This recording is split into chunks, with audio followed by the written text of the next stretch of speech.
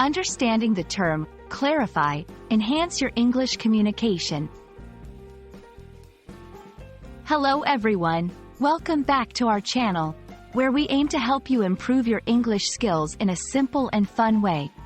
Today, we have a very interesting topic on our agenda, the term clarify. Whether you're a beginner or an advanced English learner, understanding how to use this word properly can significantly enhance your communication skills.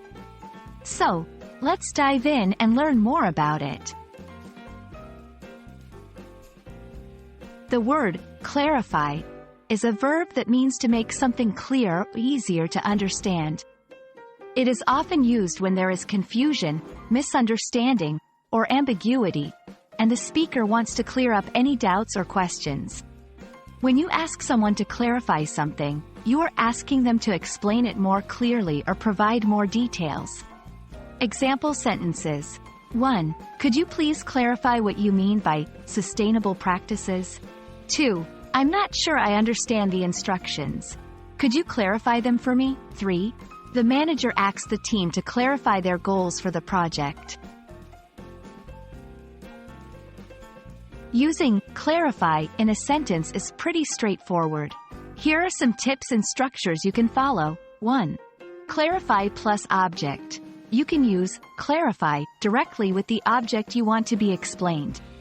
2. Example, can you clarify this point for me? 3. Clarify plus that clause. Sometimes, clarify is followed by a that clause to provide more information.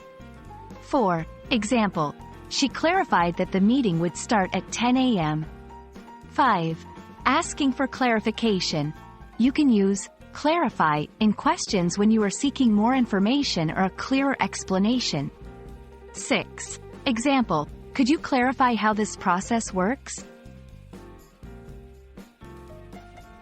While clarify is not a difficult word to use, there are some common mistakes that learners often make. 1. Don't confuse with clarified. Clarified is the past tense of clarify. Make sure you use the correct tense according to the context. 2. Incorrect. Can you clarify this yesterday? 3. Correct. Can you clarify this today? 4. Avoid redundancy. Don't say, clarify again. If something has been clarified, it should already be clear. 5. Instead, you can ask for further explanation or more details. 6. Use in the appropriate context. Make sure you are using clarify in situations where there is ambiguity or confusion.